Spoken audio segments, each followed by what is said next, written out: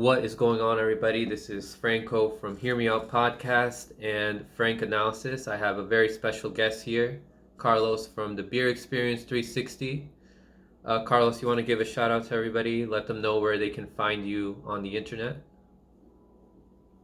Yeah, hi, my name is Carlos from the BeerExperience360, and yeah, you can find me on Twitter at Killer Priest Los or Los Servant at Los Servant or the BeerExperience360 on Twitter or the BeerExperience360 on YouTube.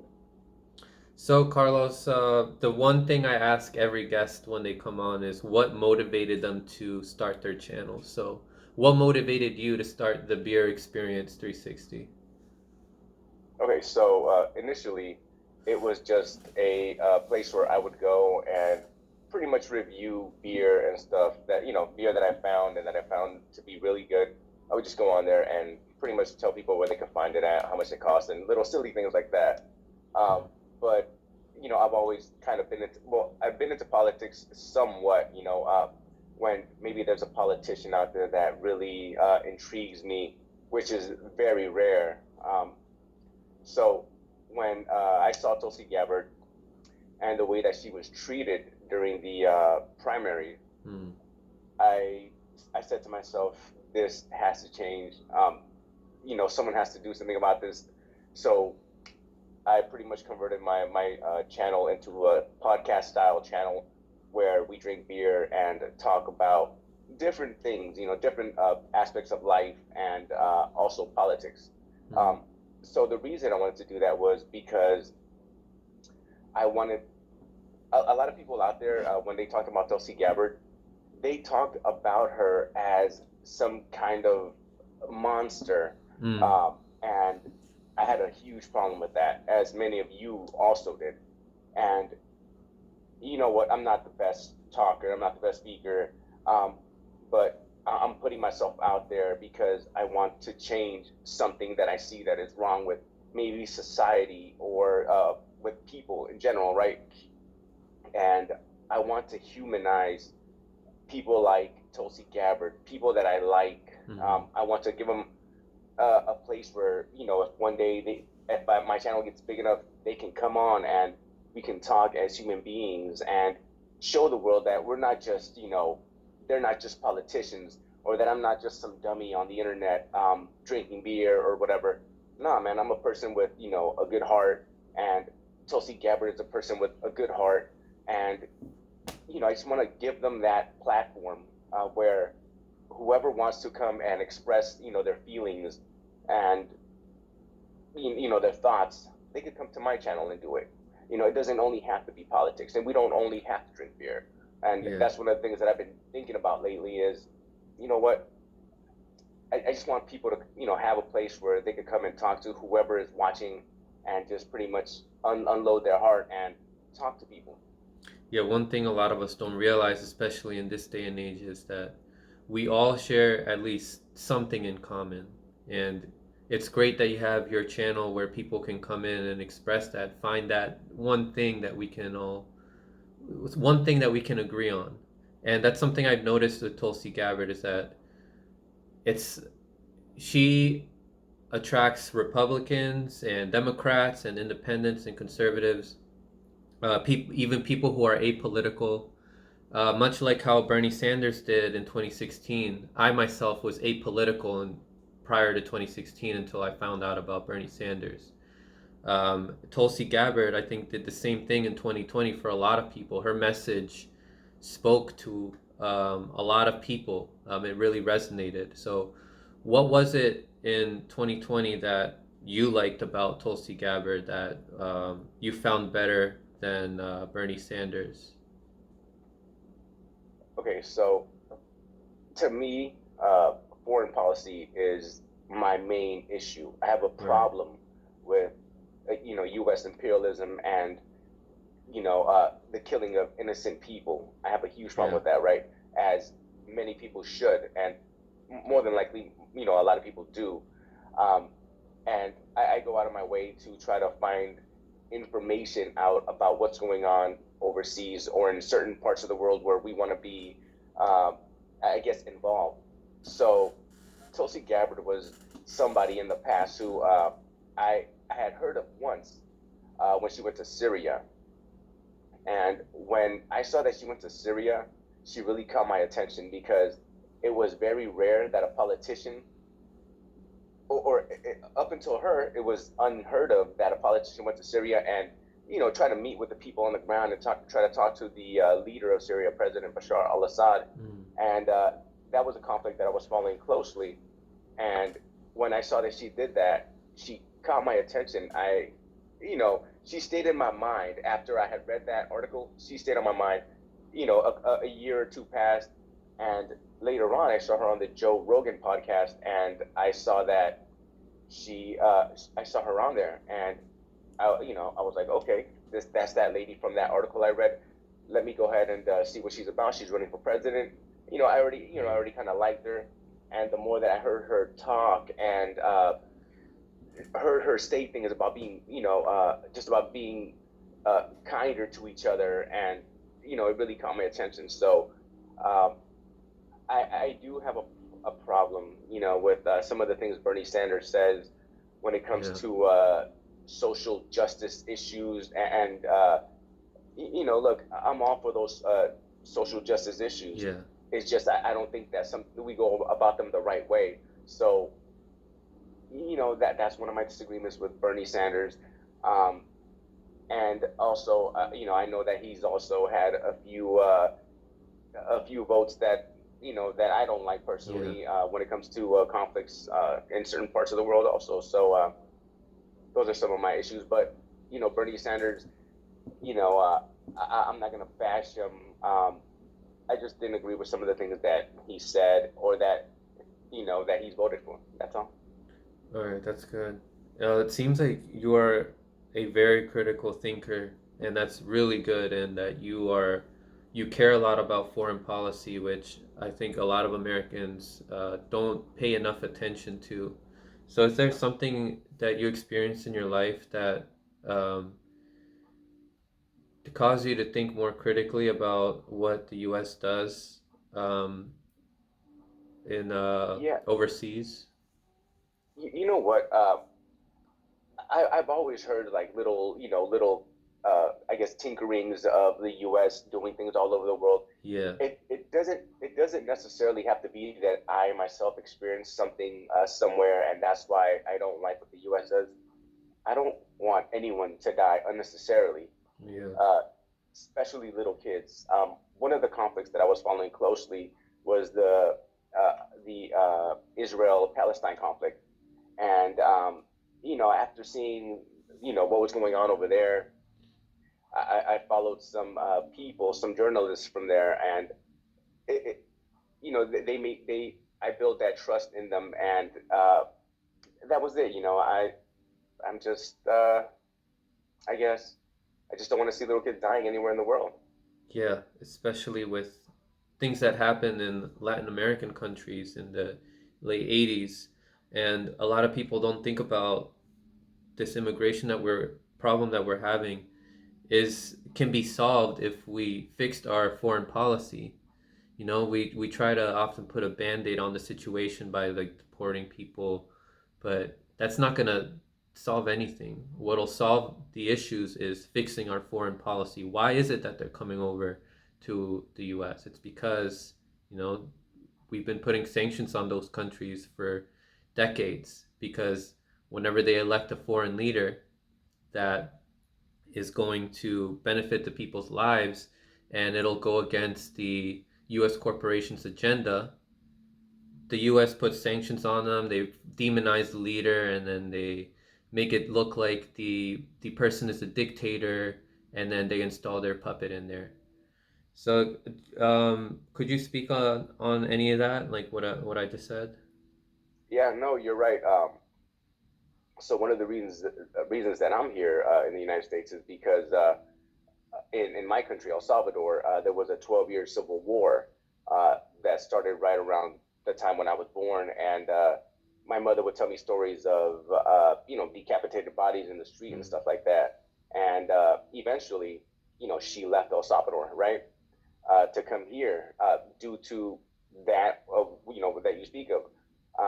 So yeah, I mean, you know, these things are all true. I mean, we're here because they were there. You know, they caused some kind of conflict, and yeah, that's why we're here. There's no doubt to that. And if they want to fix that problem, you know, a lot of them talk about immigration and what a problem it is. Well, it's only a problem because we keep messing around in these countries. So this is one of the reasons why I like Tulsi Gabbard, because she wants to end that. And if you really want to see, you know, if you really want to fix immigration, then you know, let's stop messing around in these countries. Let's stop putting sanctions on them, and stop intervening in their affairs. Yeah, so for people who don't know, Carlos is very active on Twitter. Many of you who are Tulsi supporters have probably seen him or fought with him online whenever people try to spread misinformation on Tulsi Gabbard. But Carlos, what is it like now on Twitter in this post Tulsi dropout Twitter world? Um, well, you know, I guess a lot of some of her supporters pretty much split. They didn't agree with her endorsement or um, support of the eventual nominee, and honestly, I'm okay with that. Mm. You know, that's fine. You know, that's their opinion, and I'm never gonna. I guess I'm never gonna shame someone for having a different opinion. It is what it is. But you know, I have seen a lot of infighting amongst Chelsea supporters, and a lot of unfriending on or following on Twitter. But honestly, to me, that you know, I could care less about that. I think that eventually, you know, most of us will come back together. You know, if Tulsi does try to run again for another, you know, another run in 2024, but I really think that we're all pretty much good people on the same page with a lot of things. It's just our conduct that you know might be a small issue. But besides that, I think for the most part we're all good people with good hearts, good ideas. Yeah, I mean, we were all brought together because of Tulsi Gabbard, and the issues that she fought for against regime change wars. And I understand why some people might have found that disappointing in her endorsing Joe Biden. But at the same time, we need to understand why she might have done that. It might be because she wants to. She's in a different position as us. You know, we're not politicians. For her, it might be career suicide if she were to not endorse Joe Biden. She needs to get reelected in Hawaii, whether it be Congresswoman again or a senator or a governor. She the Twitter the world is a lot bigger than this Twitter bubble that a lot of Yeah, people don't see beyond, and so she's going to have to attract the core Democratic base, which is you know, the suburban people, and she doesn't want to alienate those people. There's you know currently what? no. Yeah, go ahead. Yeah, you know what? Um, I don't even think that Tulsi Gabbard was thinking about her future. Yeah, I honestly don't. I think that in her heart, she Joe Biden pretty much had won the primary, right? yeah, The primary, right? So I don't think that she tried to save her career or anything like that. I think that she thought that he won. He was the nominee, and she pretty much endorsed him. You know, she had a conversation with the Sanders campaign. yeah. I don't know what that was about, but as we all saw, what 2 weeks later, I think 3 weeks at the most, Bernie Sanders dropped out. Mm. So, uh, and like you said, we are not in the position of a politician where we're gonna, you know, we can say things and think that we'll be okay. I saw Aaron Mate on Jimmy Dore's show, Yeah, and I think I forgot what they were talking about exactly, but uh, he was telling Jimmy that Jimmy, you can say whatever you want to say on your channel. You're not going to lose anything. You know, you've already pretty much established, you know, who you are. You know, as a fucking tough commentator, right? yeah. You know, with no f's to give. Um, but these other politicians, they do have F's to give. They can't just go join a third party or something like that. Yeah. Maybe they do have to worry about their career a little bit, but for the most part, I think they were just keeping their word and just doing what they said they were gonna do. So yeah. Yeah, yeah, exactly. And right now, there is no third party that's big enough for her to join. That's our job to do. If we want to build a coalition behind a third party, we're gonna have to work really hard in order to do that. So, do you think that that is the best course of action former Tulsi supporters should do? Should we leave the Democratic Party and help build a third party and make it stronger and bigger? I definitely think that we should do that, but at the same time, I wouldn't expect Tulsi to leave, the DNC Yeah, or another what is it, progressive or a Democratic candidate to leave the party until we have a viable third party. yeah, And I just don't see that happening anytime soon. I don't mean to crush the dreams of anyone there, but uh, don't take what I say as anything, because I don't know. I just from what I see, I just don't see a viable third party yet. yeah, But I do definitely think that we should organize um, and try to make a viable third party because I'm personally tired of the DNC and their shenanigans. I know you are. I know that everyone out there watching is. So organizing is definitely a big thing, and I heard a lot of people out there talking about moving to the third party, and so it has begun. It has begun, yeah, but we have a lot of work to do if yeah, that's something exactly. that we want to pursue. Exactly, yeah. That we have to really show that we really care about this by working hard and make it bigger. We can't just sit around and complain and talk about, oh yeah, we really need a third party. We have to show action and actually um, build it up. Like get more involved. Yeah, Um, let me ask you something. Can I ask you sure. something, Franco? Yeah, yeah. Go ahead. Okay, so what are you doing over there on your channel? As far as I think there's a different podcast that you're part of two podcasts or something like that. Yes, yes. So, Okay, um, on one podcast, you talk about sports and hip hop and things like mhm, that, right? Okay, so this is kind of where, you know, what I want to do on my channel. I want to spread my, I want to be an influencer, kind of, right?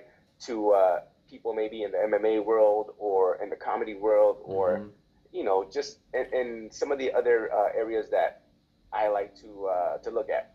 So you like to you guys have a podcast there that talks about hip hop and all mhm. these other things. So that means that a lot of people from different genres are going to be looking at you. So Yep. I think that that's a big step right there. Uh, we have to become influencers. We can't just stay in our political circles. We have to become Yeah. influencers of you know uh, of your followers. People who are going to watch your content. So I think the more people out there who are building platforms, the better. And we should all be supportive of these platforms. Like I'm a supporter of yours and of Israel's or of this other channel. I think that we should all be supporters of each other because um, that's how it starts.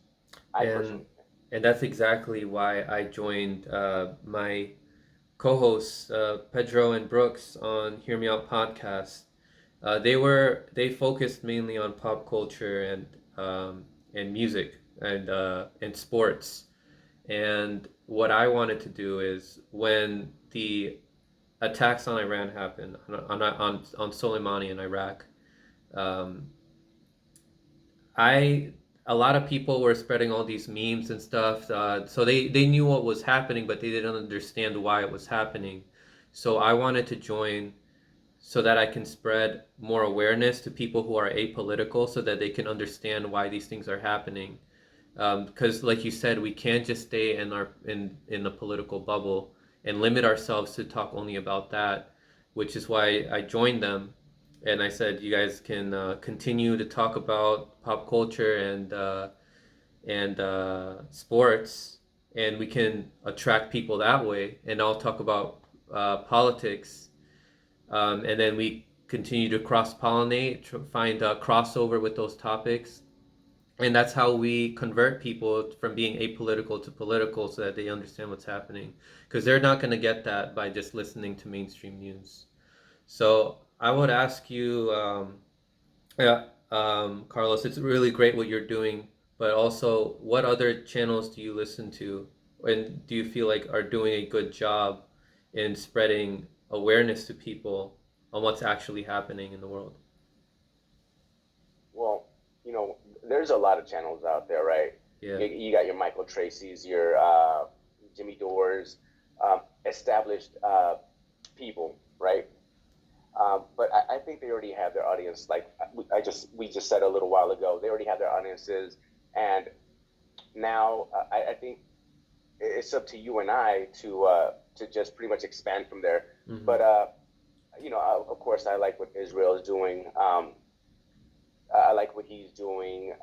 Alan from Atypical NN News, right?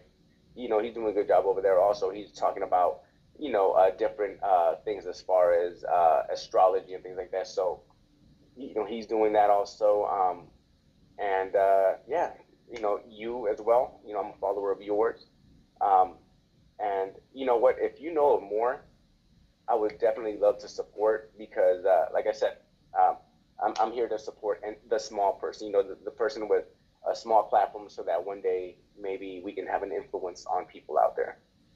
And the one thing that Charles from the Independent Report brought up when I interviewed him on Wednesday is that what we offer is a different perspective than what Jimmy Dore or the Michael Tracy's offer because we're in different parts of the country.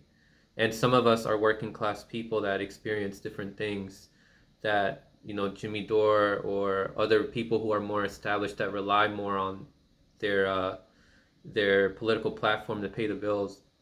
We offer a completely different perspective than what they do in a similar way. And in a way, we kind of keep them in check um, because they might not see something that we're seeing. Mm-hmm. Yeah, So I yeah. think, Is that the political vigilante? Oh no, I'm yeah, sorry. yeah, yeah, political vigilante, Charles Anderson. Okay. Yeah, Yeah, yeah. I follow him also. Yeah. yeah. So I think we need as many people like us as possible because you have your interests, I have my interests. We can attract people who have similar interests as us and then inform them that way. And they'll be more understanding of us than they would be if they were just exposed to Jimmy Dore for the first time and get like shocked by the way that he talks, or if they listen to somebody who's very intelligent and about what's going on in the world like Nico House, but not understand what he's saying because he speaks on very detailed policies on what's happening. So in order to understand some of the stuff that Michael Tracy or Nico House talks about, you have to be like a political junkie in order to keep up with things that they're saying. You'd have to do Yeah. like work on the side. So it's good for us to act as gatekeepers to convert people who are not as politically savvy on what's going on. Yeah, you're absolutely right. I mean, you said it perfectly. That's it. So, are there any specific channels that you recommend to people who are apolitical? Um, yeah, of course, definitely yours. Israel is really good.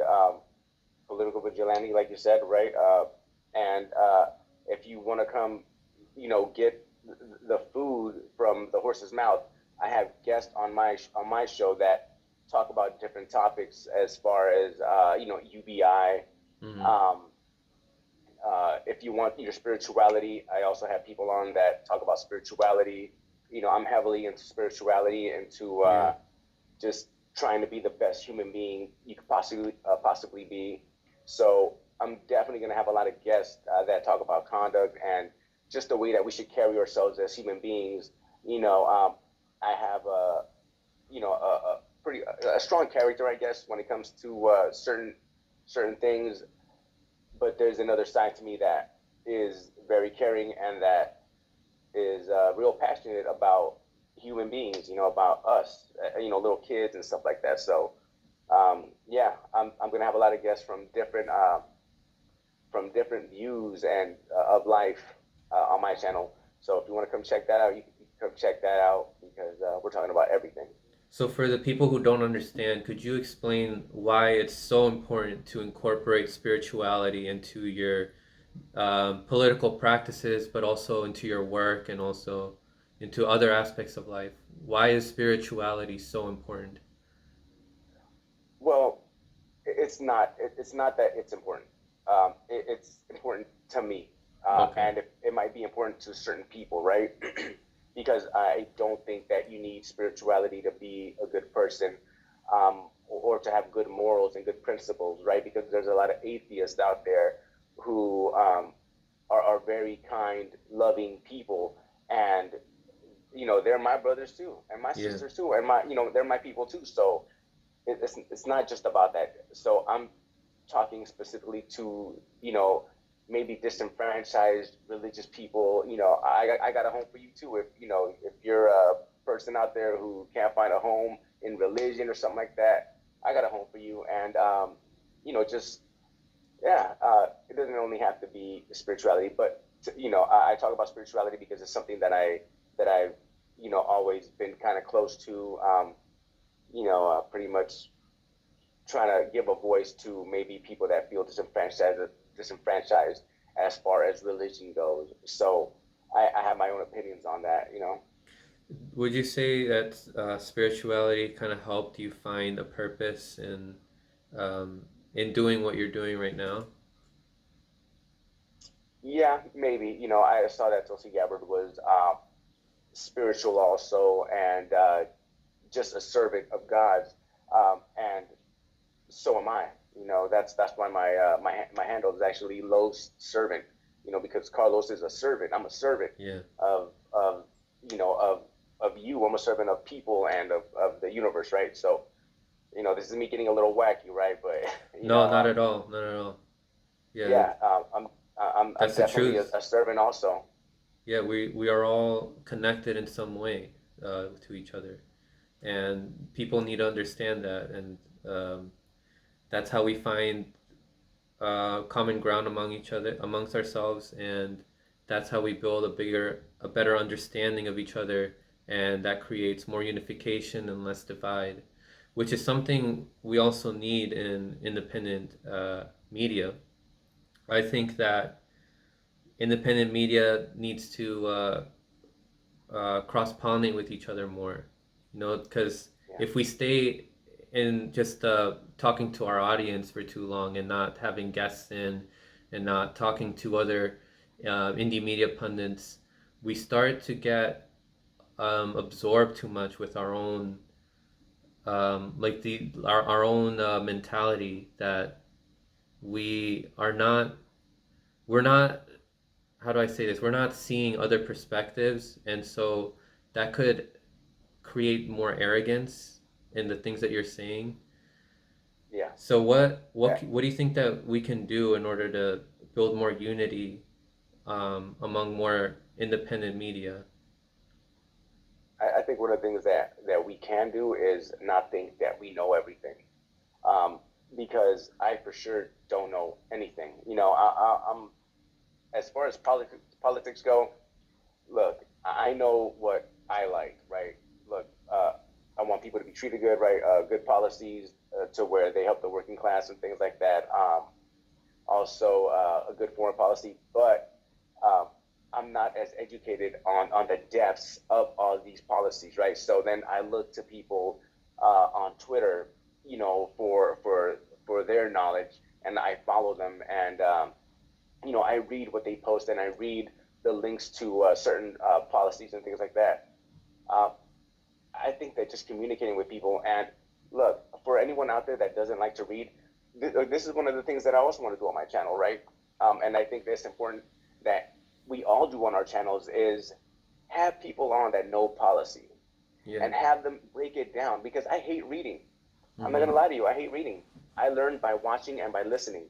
So I think having people who know their craft and who know their policies, having them on and talking about them is a very good thing.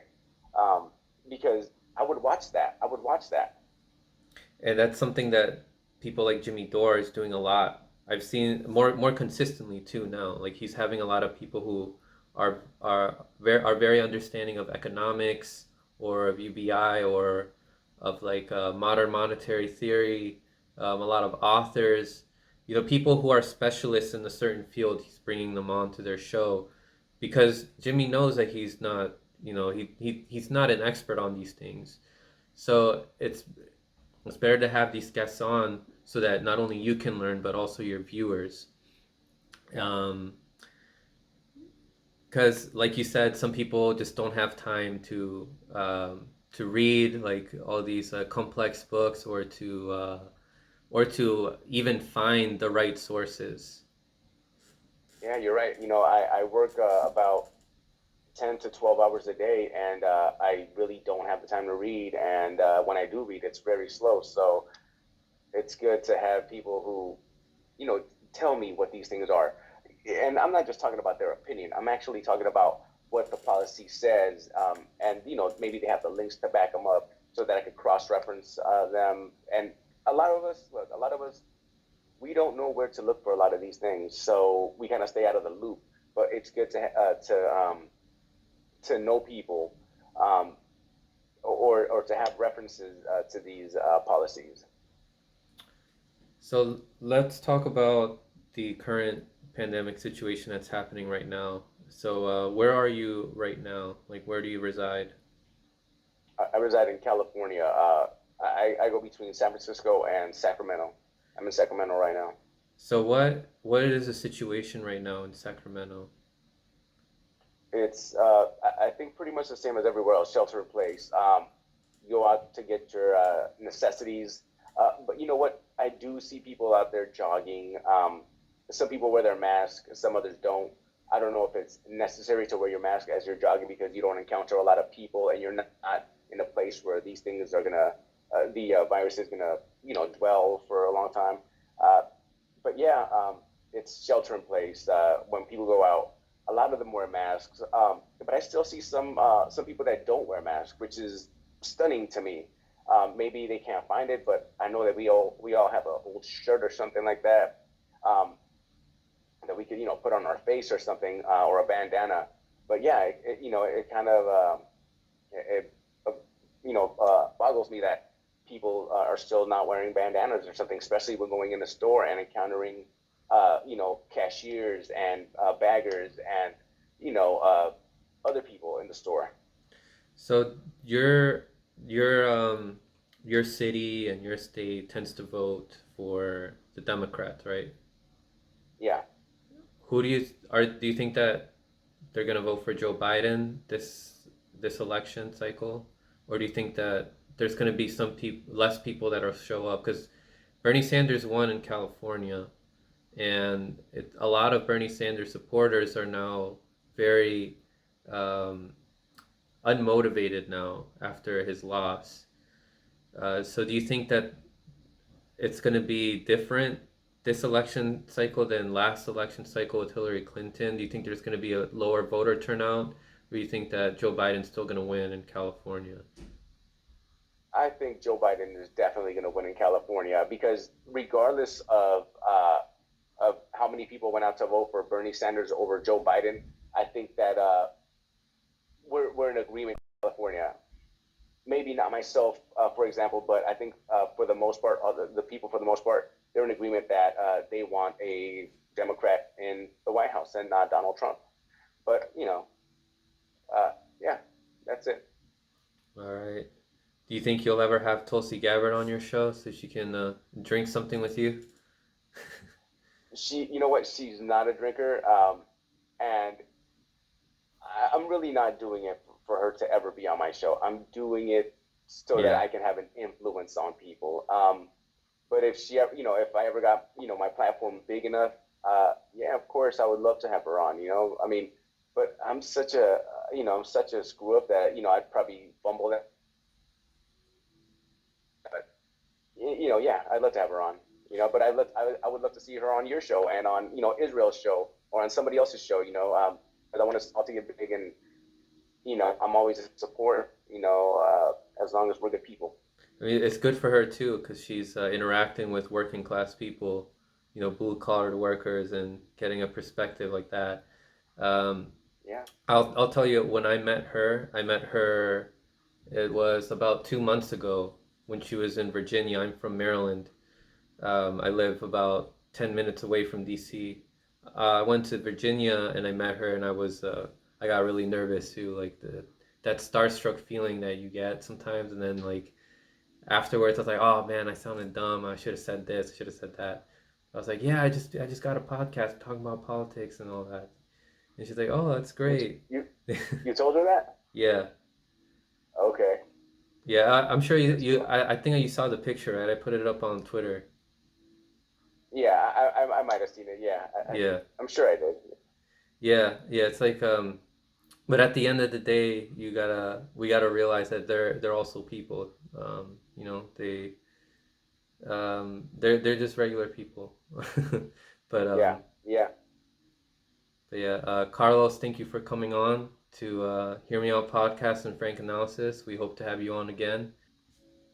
Any last words you want to say before we close the discussion? No, I just want to give you a shout out, Franco. You're one of the people that I've been following for a while. You're a good guy, so I'm hoping you nothing but the best, and I hope that your show really takes off because I think you got something good there. Same to you, brother. All right, take care, everybody. Thanks for watching that segment of Hear Me Out. Don't forget to like, share, subscribe, and hit that notification bell down below so you can get the latest on sports, pop culture, and progressive politics. Stay informed.